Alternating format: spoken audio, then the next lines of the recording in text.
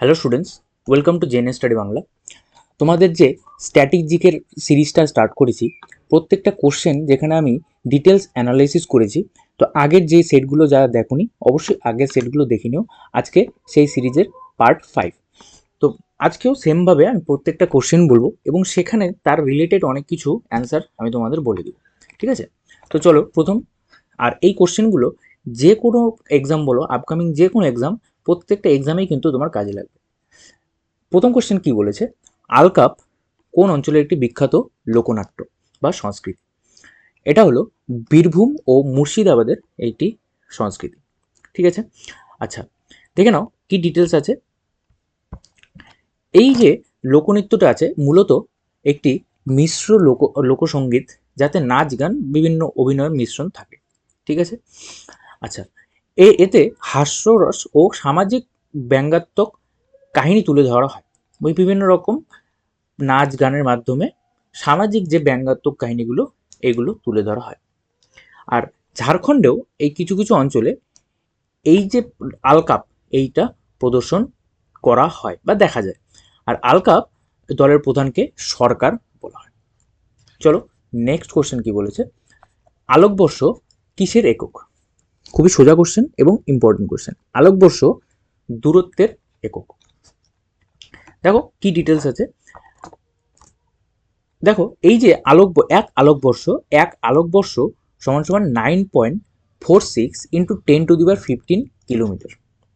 আর দূরত্বের বৃহত্তম একক কি? Parsec. 1 parsec is equal to 3.26 আলোকবর্ষ। ঠিক আছে, আর এই যে আলোকবর্ষ এটি মহাজাগতিক দূরত্ব, বা যেমন কোনো নক্ষত্র বা কোনো গ্রহের থেকে কোনো অন্য গ্রহ কতটা দূরে আছে সেটা মাপার জন্য এই আলোকবর্ষটা ব্যবহার করা হয়। নেক্সট নেক্সট কিছু কিছু ভৌত রাশি আছে যেগুলোর তোমাদের এসআই একক লিখে দেওয়া আছে। যেমন দেখো দৈর্ঘ্যের এসআই একক মিটার, ভর এর এসআই একক কিলোগ্রাম, সময়ের সেকেন্ড, তাপমাত্রার কেলভিন, তড়িৎ প্রবাহের অ্যাম্পিয়ার, বলের নিউটন, কার্য শক্তির জুল, চাপের পাস্কাল, ক্ষমতার ওয়াট, তড়িৎ-আধানের কুলম্ব। তো এই কোশ্চেনগুলো কিন্তু অবশ্যই, এই যে এক্সট্রা ডিটেলস এগুলো কিন্তু অবশ্যই তোমরা নোট করে রাখবে। নেক্সট কোশ্চেন বলেছে, পৃথিবীর বৃহত্তম বদ্বীপ কোনটি? পৃথিবীর বৃহত্তম বদ্বীপ হলো গঙ্গা ব্রহ্মপুত্র বদ্বীপ। গঙ্গা ব্রহ্মপুত্র বদ্বীপ হলো পৃথিবীর বৃহত্তম বদ্বীপ। আচ্ছা দেখো এই যে গঙ্গা ব্রহ্মপুত্র বদ্বীপ যে আছে এটি সুন্দরবন বদ্বীপ নামেও পরিচিত, যা কিছুটা অংশ ভারতেও আছে আর কিছুটা অংশ বাংলাদেশেও আছে। ঠিক আছে, আর পৃথিবীর বৃহত্তম কিন্তু সব থেকে উর্বর, ঠিক আছে, এই যে বদ্বীপটা আছে সব থেকে কিন্তু উর্বর বদ্বীপ। আর এই বদ্বীপের আকৃতি কিরকম? অনেকটা ধনুকের শেপের মতো। ইউনেস্কো এই যে ওয়ার্ল্ড হেরিটেজ সাইট হিসেবে সুন্দরবনকে গৃহীত করেছে। তোমরা কমেন্টে আমাকে বলবে যে কত সালে সুন্দরবন ওয়ার্ল্ড হেরিটেজ সাইট গ্রহণ বা ওয়ার্ল্ড হেরিটেজ সাইট রূপে মান্যতা পেয়েছে। নেক্সট বলেছে, বিশুদ্ধ জলের পিএইচ মান কত? খুব ইম্পর্টেন্ট, খুব আসে এই কোশ্চেনটা। বিশুদ্ধ জলের পিএইচ এর মান কত? এর সাথে সাথে রক্তের পিএইচ এর মানও আসে। ঠিক আছে, সবগুলো আমি তোমাদের বলে দিব। দেখো বিশুদ্ধ জলের পিএইচ এর মান হলো 7, অপশন সি 7। এই যে পিএইচ স্কেলের মান 0 থেকে 14 পর্যন্ত হতে পারে। ঠিক আছে, মানুষের রক্তের পিএইচ এর মান দেখো লেখাই আছে, মানুষের রক্তের পিএইচ এর মান 7.4 এবং লেবুর রসে পিএইচ এর মান সাধারণত 2 থেকে 3 মধ্যে হতে পারে, 2 থেকে 3 মধ্যে হতে পারে। বিশুদ্ধ জল একটি প্রসম পদার্থ, এই কোশ্চেনটাও কিন্তু আসে। বিশুদ্ধ জল একটি প্রসম পদার্থ। নেক্সট দেখো 7-এর নিচে যদি এই যে পিএইচ স্কেল যে আছে, পিএইচ স্কেলের মান যদি 7-এর নিচে হয় সেটা হলো আম্লিক বা অ্যাসিডিক, আর 7-এর উপরে হলে সেটাকে ক্ষারীয় বলা হয়। সেই যে পদার্থটা যেটা থাকবে সেটাকে ক্ষারীয় বলা হয়। ওকে, নেক্সট হলো পদার্থ নয় তরল। ঠিক আছে, নেক্সট হলো বিশুদ্ধ জলের দেখো প্রত্যেকটা পিএইচ এর মান লিখে দিয়েছি। বিশুদ্ধ জলের পিএইচ এর মান হলো 7.0, মানুষের রক্তের পিএইচ হলো 7.4, লেবুর রসে 2.2 থেকে 2.4, দুধে 6.4 থেকে 6.6, পাকস্থলীর রস যেখানে HCl পাওয়া যায় 1.5 থেকে 3.5, ভিনেগার 3.0, বেকিং সোডা 8.3, সাবান জল 9.0 থেকে 10.0। ওকে, নেক্সট কোশ্চেন বলেছে কোন হরমোনকে জরুরিকালীন হরমোন বা সংকটকালীন হরমোন বলা হয়?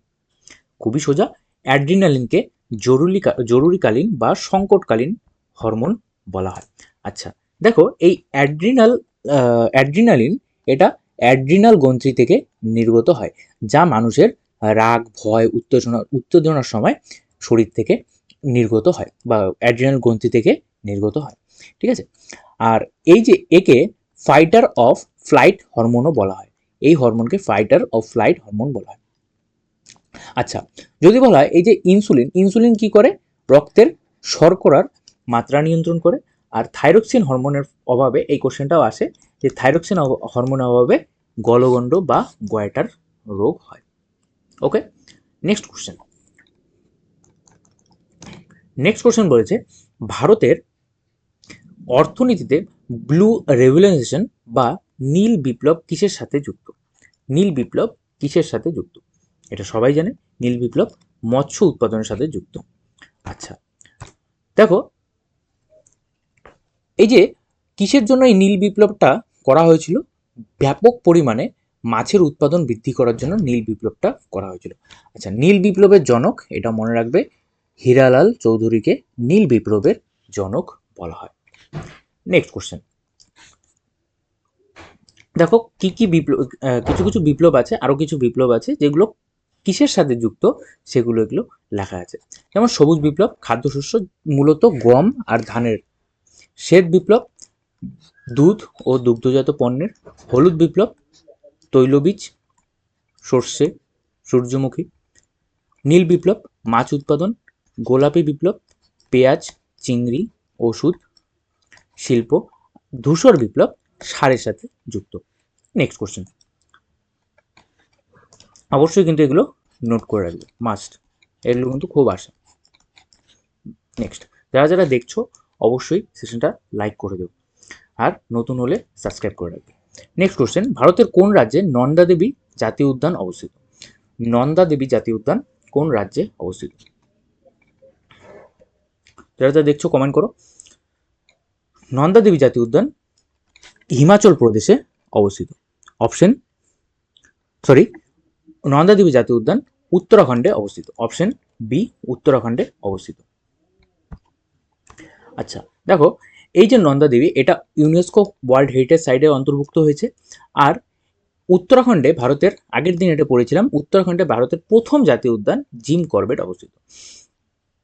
ঠিক আছে, সিকিমে কাঞ্চনজঙ্ঘা জাতীয় উদ্যান আছে। আর উত্তরাখণ্ডকে দেবভূমি বলা হয়। উত্তরাখণ্ডকে দেবভূমি বলা হয়। নেক্সট কোশ্চেন, নেক্সট বলেছে উইম্বলডন টুর্নামেন্ট কোন ধরনের কোর্টে খেলা হয়? উইম্বলডন টুর্নামেন্ট কোন ধরনের কোর্টে খেলা হয়? গ্রাস কোর্টে খেলা হয়। অপশন সি, গ্রাস কোর্টে খেলা হয়। দেখো কি ডিটেলস আছে। উইম্বলডন হলো বিশ্বের প্রাচীনতম টুর্নামেন্ট। এই কোশ্চেনটার ডিটেলসগুলো কিন্তু আমি আগের দিনও অনেক ভালো করে ডিসকাস করেছিলাম, একদম বক্সের মধ্যে সবকিছু লেখা ছিল। ঠিক আছে, অস্ট্রেলিয়ান ওপেন ও ইউএস ওপেন হার্ড কোর্টে খেলা হয়। উইম্বলডন প্রতি বছর ইংল্যান্ডের লন্ডনে হয়। ফ্রেঞ্চ ওপেন লাল মাটিতে খেলা হয়। তাহলে তিনটা জিনিস, একটা হলো উইম্বলডন, যেটা হলো গ্রাস কোর্টে খেলা হয়। ফ্রেঞ্চ ওপেন লাল মাটিতে খেলা হয়। অস্ট্রেলিয়ান ওপেন হার্ড কোর্টে খেলা হয়। অস্ট্রেলিয়ান ও ইউএস ওপেন হার্ড কোর্টে খেলা হয়। আর এই টেনিসের 4টি গ্র্যান্ড স্ল্যামের মধ্যে একটি। এই যে উইম্বলডন 4টি গ্র্যান্ড স্ল্যামের মধ্যে একটি। ওকে, নেক্সট বলেছে রক্তের গ্রুপ কে আবিষ্কার করেন? রক্তের গ্রুপ কে আবিষ্কার করেছেন? রক্তের গ্রুপ আবিষ্কার করেছেন Karl Landsteiner. Option B, Karl Landsteiner. দেখো, এই যে 1900 1900 সালে এবিও ব্লাড গ্রুপ সিস্টেম আবিষ্কার করেন তিনি। কার্ল ল্যান্ডস্ট্যান্ডার 1900 সালে এই এবিও ব্লাড গ্রুপের সিস্টেমটা আবিষ্কার করেছেন। আর নেক্সট দেখো ওকে ও গ্রুপকে সর্বজনীন দাতা বলা হয়, আর এবি গ্রুপকে সর্বজনীন গ্রহীতা বলা হয়। উইলিয়াম হার্ভে রক্ত সংবহন পদ্ধতি আবিষ্কার করেন। এই যে উইলিয়াম হার্ভে আছেন, তিনি কি করেন? রক্ত সংবহন পদ্ধতি আবিষ্কার করেন। আচ্ছা, আলেকজান্ডার ফ্লেমিং কি করেন? পেনিসিলিন আবিষ্কার করেন। আলেকজান্ডার ফ্লেমিং পেনিসিলিন আবিষ্কার করেন। নেক্সট কোশ্চেন, নেক্সট বলেছে কোন ভিটামিন জলে দ্রবণীয়? যদি বলে একটা জলে দ্রবণীয় ভিটামিনের নাম লেখো, তাহলে কি হবে? Option C, vitamin C. Vitamin C হলো জলে দ্রবণীয়। মাথায় থাকবে। দেখো, তোমাদের একটা ট্রিক্সও বলে দিব আমি এখানে। যারা যারা এখনো লাইক করোনি অবশ্যই লাইক করে দাও। দেখো ট্রিক্সটা কি, মাথায় রাখবে বি, শুধুমাত্র বি সি এই দুটো হলো জলে দ্রবণীয়, জলে দ্রবণীয়, ঠিক আছে? বি আর সি। বাকি A D E K, A D E কে এটা হলো জলে দ্রবণীয় নয়। এ ডি ই কে জলে দ্রবণীয় নয়, ঠিক আছে? এখানে ওটাই লেখা আছে। আচ্ছা, ভিটামিন সি এর রাসায়নিক নাম কি? ভিটামিন সি এর রাসায়নিক হলো অ্যাসকর্বিক অ্যাসিড। ভিটামিন কে কি করে? রক্ত তঞ্চনে সহায়তা করে। Vitamin E antisterility vitamin, vitamin E কে অ্যান্টিস্টেরিলিন ভিটামিন বলা হয়, ঠিক আছে? তো আজকে এটুকুই। যারা যারা সেশনটা দেখছো অবশ্যই সাবস্ক্রাইব করে দিও এবং বন্ধুদের সাথে তোমাদের এই ভিডিওটা শেয়ার করে দিও। আগের যারা যারা ক্লাসগুলো দেখোনি অবশ্যই ক্লাসগুলো দেখে নিও। থ্যাংক ইউ সবাইকে, বাই।